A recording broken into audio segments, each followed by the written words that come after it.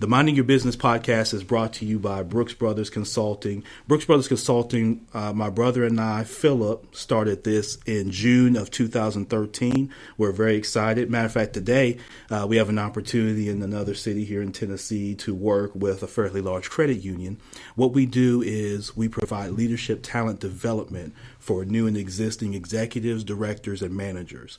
So if you happen to be new in leadership with your company, or maybe you've been in leadership for some time and you're joining a new company and you want to be able to get ingrained in the culture and you need a strong mentor who has executive experience and experience in the financial sector, banking, and economics, we're your guys, we're your brothers. Brooks Brothers Consulting. Check us out, info@brooksbrothersconsulting.com, info@brooksbrothersconsulting.com. That's where you can email us and communicate. You can also visit us 24/7 at www.brooksbrothersconsulting.com. Today, episode 35, I have a special guest, Mr. Reginald Clark with P3 Financial Group. You do not want to miss this. But first, let's jump into the music. Let's do it. What we do here is go back.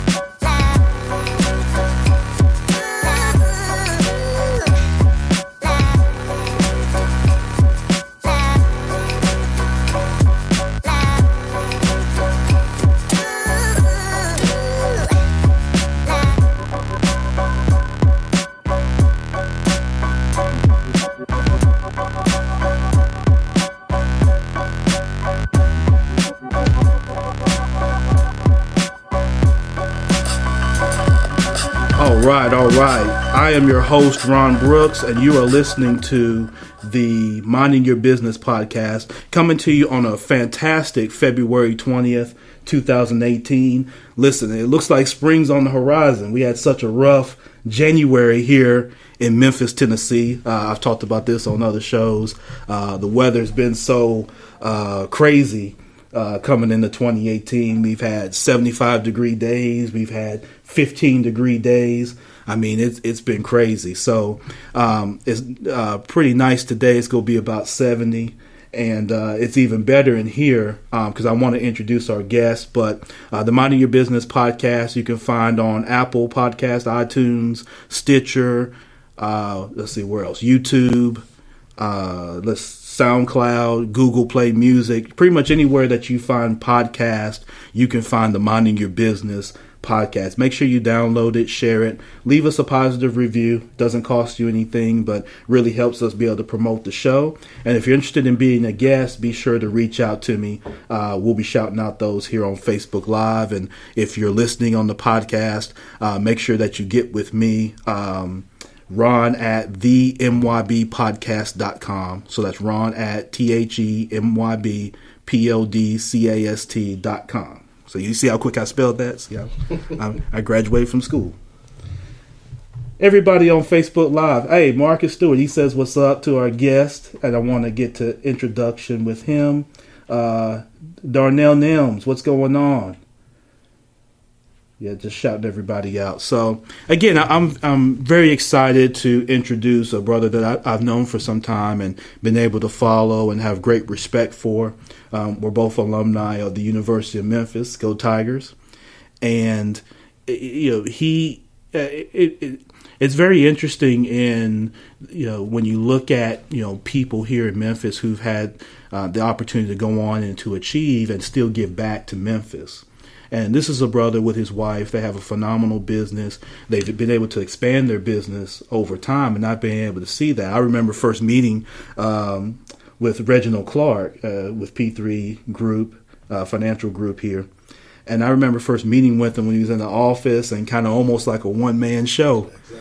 And, you know, I've been able to do business with him. Matter of fact, we need to talk at some point because we got more business we need to do here. Hopefully, once I secure this opportunity. But I want y'all to welcome Mr. Reginald Clark with P3 Financial Group.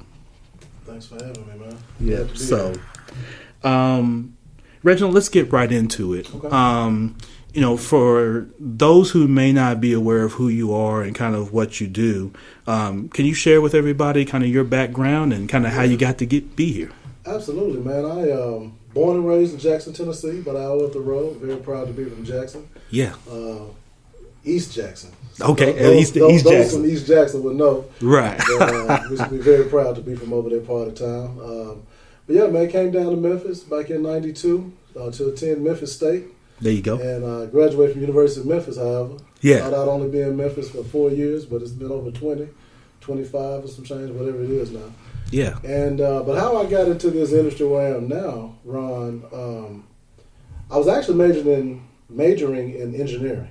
Okay. And in my third year, I was sitting in ACAD class. Lost as a goose in a snowstorm. I had missed class like 3 weeks in a row. Yeah. and I'm looking around the room like, okay, who can I ask? How can I get caught up? I didn't understand the professor. I didn't recognize any of the students. Yeah. So I said, okay, this is it. I'm out. So Right. I withdrew from the school, and I literally read every major that U of M had to offer. And I looked at finance. I said, okay, that's the one. Yeah. And so got in finance. My last semester had a professor, Dr. Floyd Tyler. He mentioned to me, just casually mentioned, have you ever considered being a financial advisor? And I said, man, I'm not even sure what that is.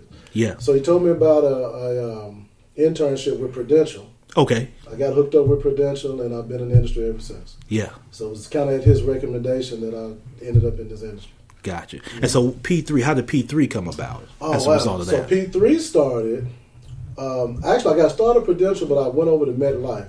While I was with MetLife, I wanted to communicate more with my clients. I wanted to take more of an educational approach as opposed to a sales approach. Yeah. So I started a newsletter while I was at MetLife called the P3 Newsletter. And I said I wanted to help my clients plan, protect, and prosper. Mm-hmm. And so that's what we did. We sent this newsletter out once a week. And when I decided to leave MetLife and start my own firm, me and my wife were searching for a name. I was like, I don't know what to call it. I didn't want my name associated with it.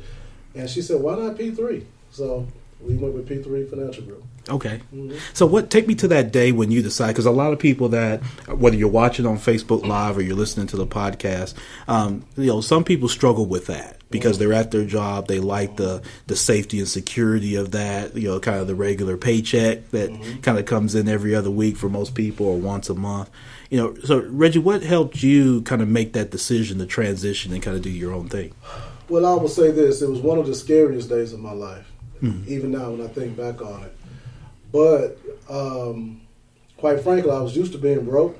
Yeah. So I was thinking, if I do this, there's really only one way to go. Right. I was not a stranger to being broke. So, but even still, though, even I say that, I still pack the desk up at night after hours. Okay. Just in case I wanted to come back the next morning. Yeah. You know what I'm saying? Right, so I still wasn't 100% sure.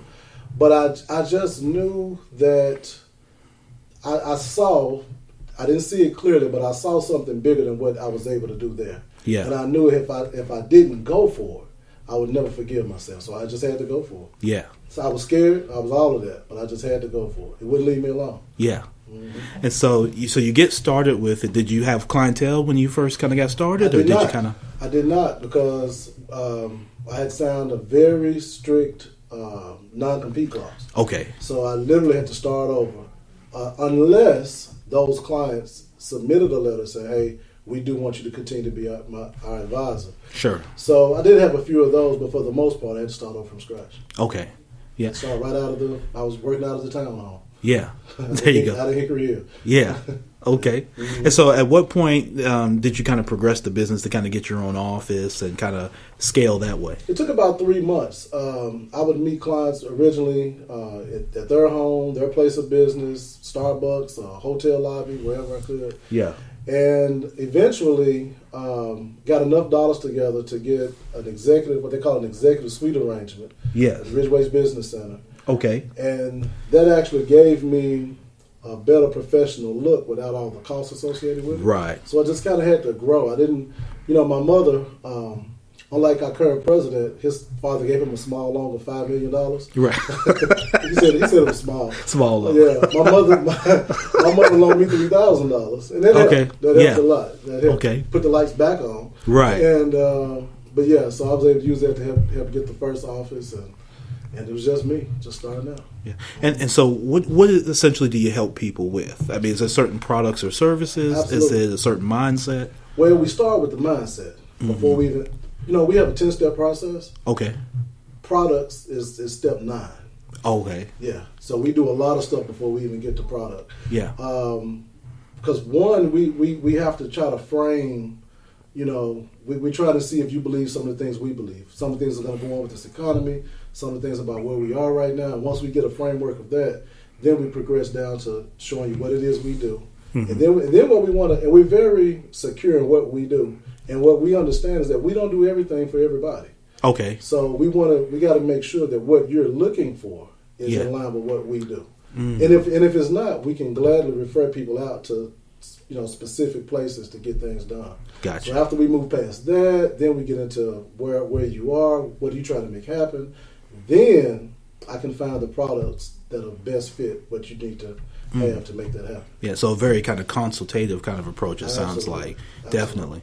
And so what do you tend to find, with kind of today's investor or people that, come to you looking for service, what are they particularly looking for that may be different from maybe what someone else does? Because there's a lot of financial kind of institutions, a lot of investment companies. Yeah, absolutely. One of the things that I would say that people look for that makes us a little different is they want to know not just how can you grow my money, right? Mm-hmm. Because you can find any advisor up and down Popular or wherever you're looking for financial advisor say this is how I can grow your money. Right. The thing about it is, Ron, this is one thing we point out to people. 75% of the deaths that happen on Mount Everest happen on the way down. Mm. All right? So if you're hiring a guide, do you want to hire a guide to get you up the mountain, or do you want to hire a guide that's experienced in getting you off the mountain? Right. So we specialize in getting you off that mountain because you can figure out ways to get up. So we're going to help you accumulate money. We're going to help you do all that. But more importantly, we're going to help you. How do you get that money back on a tax-favored basis? Mm-hmm. How do you make it last the rest of your life? How do you account for whether or not Social Security is going to be there or not? These are some of the things, these are some of the questions that we're going to look at to be sure we can get you off that mountain safely. Yeah.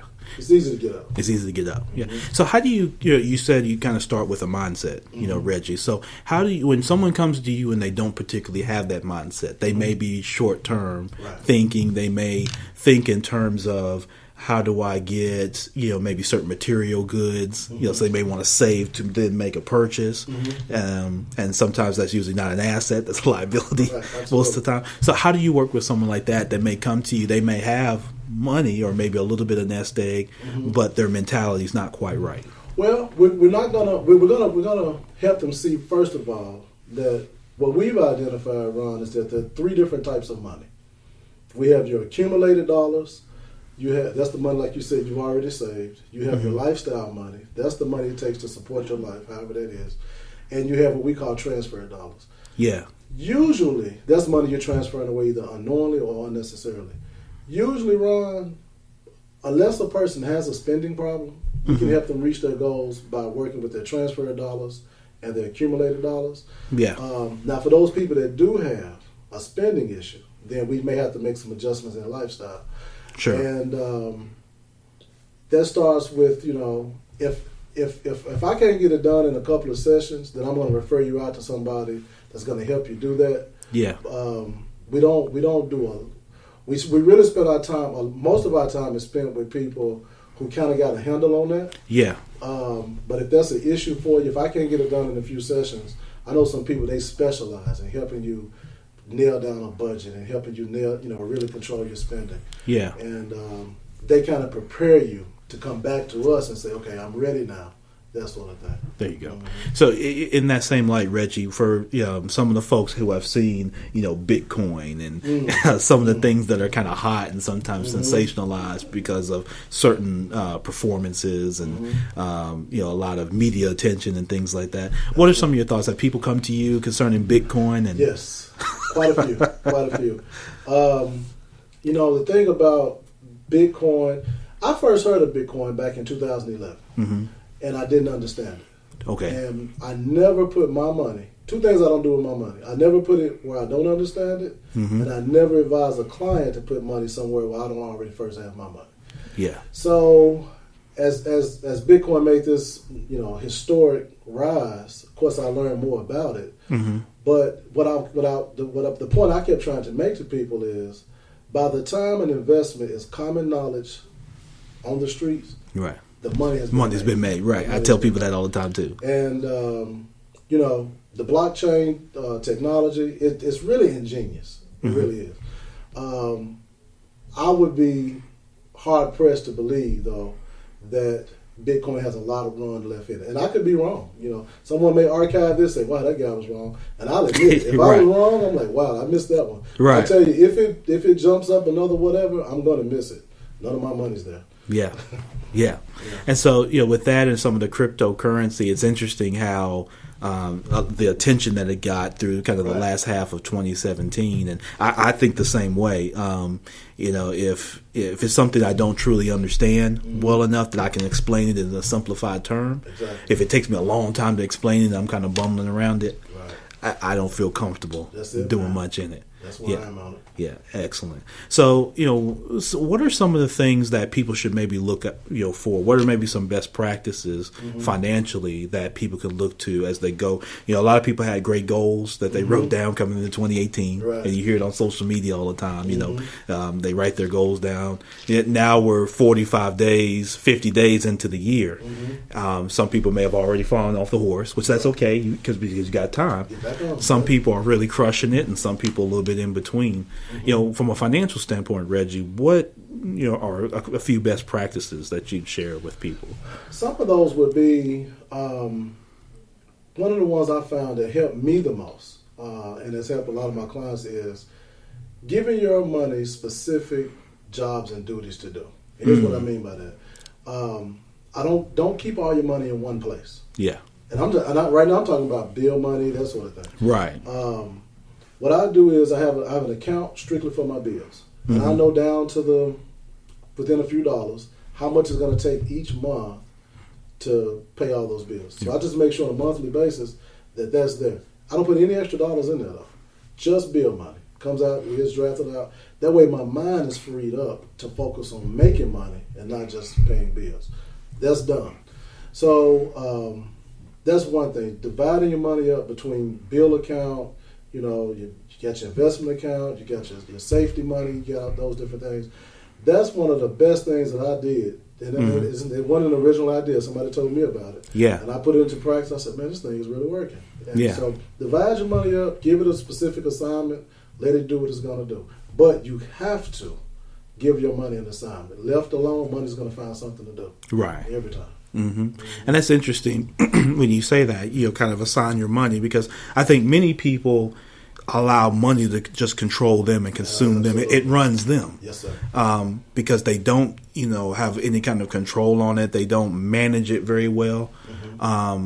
They have these wants that they go about, and before they know it, they stick everything in this one account. Right. And then, when it's just constantly getting ate up with bill money and some of their other stuff, they don't segment it out and assign it. So that's an interesting, point that you make.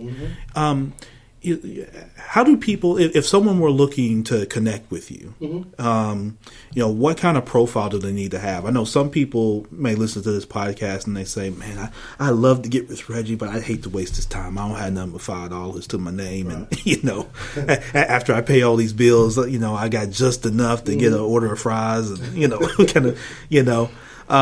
so what kind of profile does someone need to have where it makes sense, for them and it also makes sense for you? Well, I mean, we're in the money business, so obviously you need some money. But I'll say this.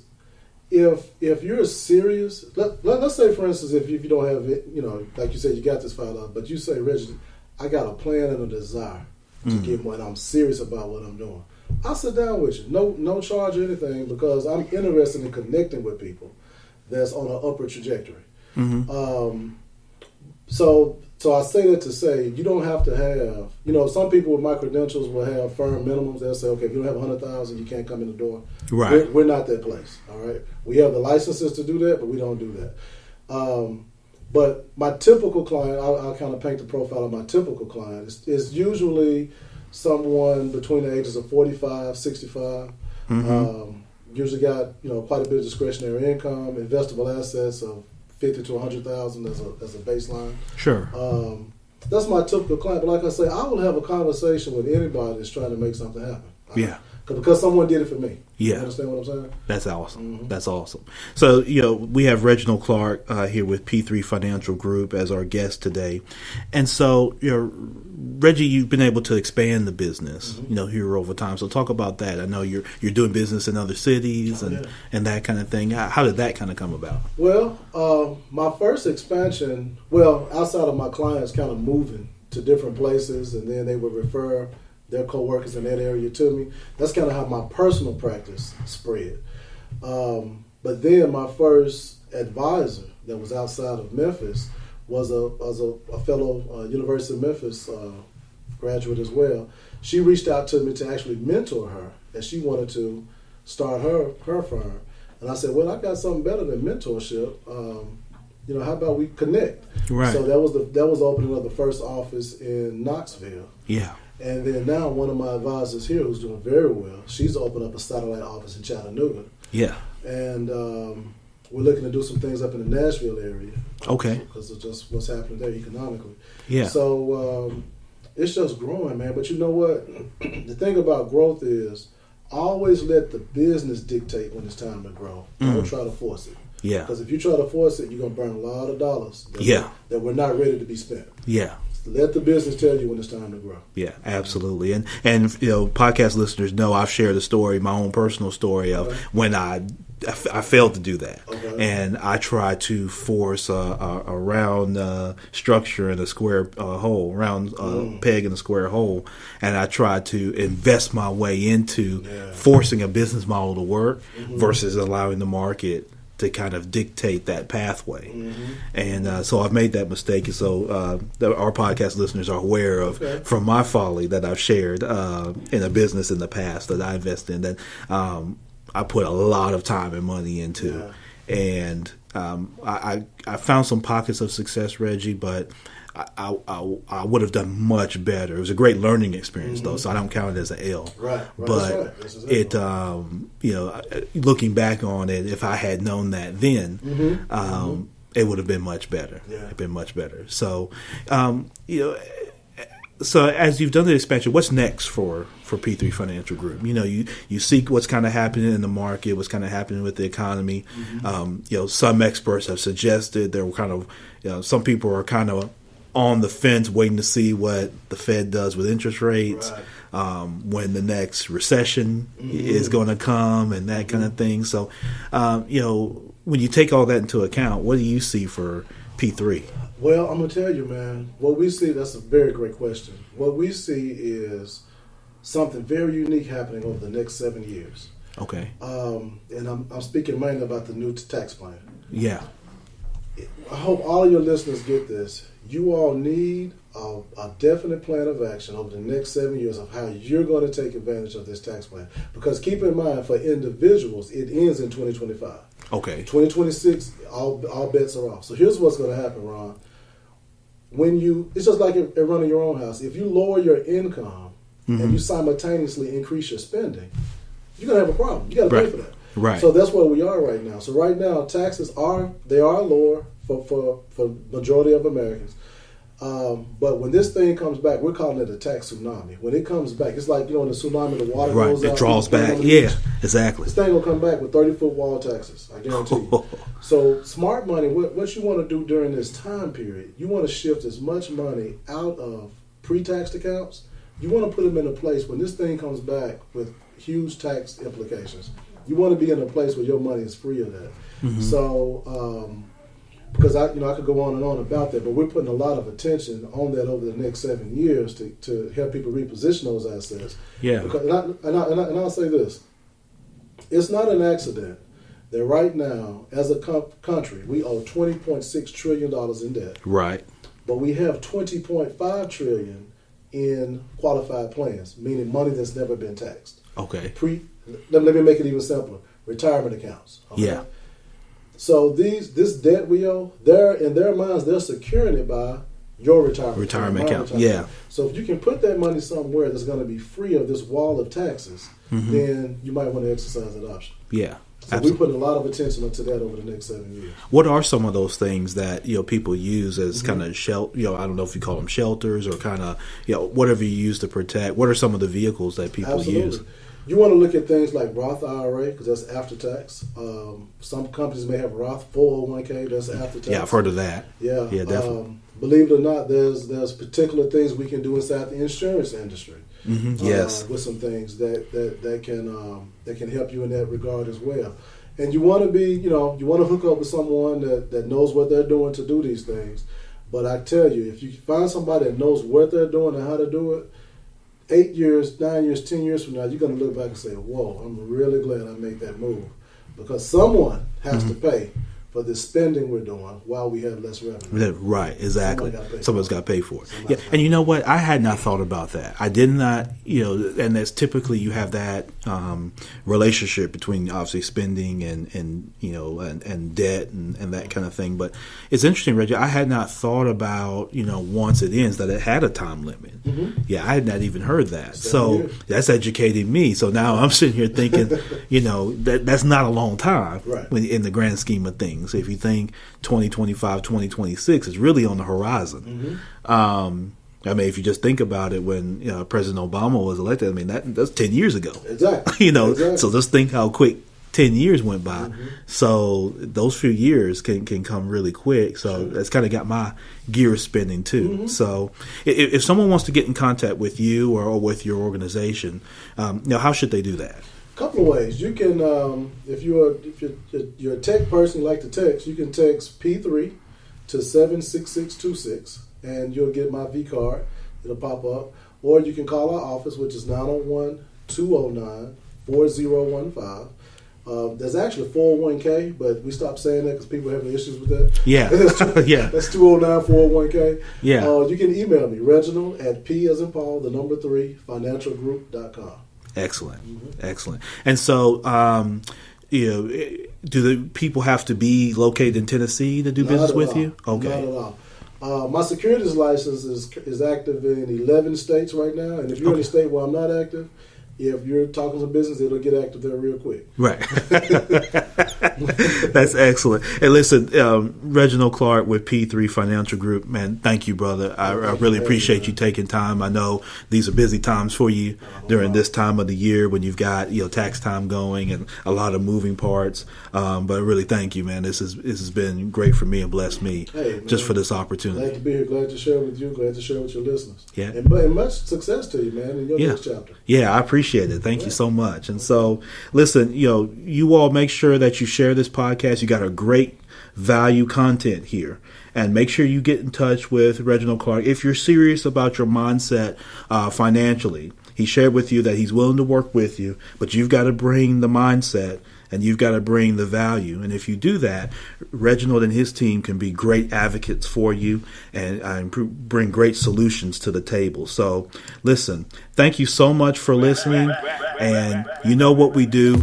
There's no business like minding your own. I'm your host, Ron Brooks. This is the Minding Your Business podcast.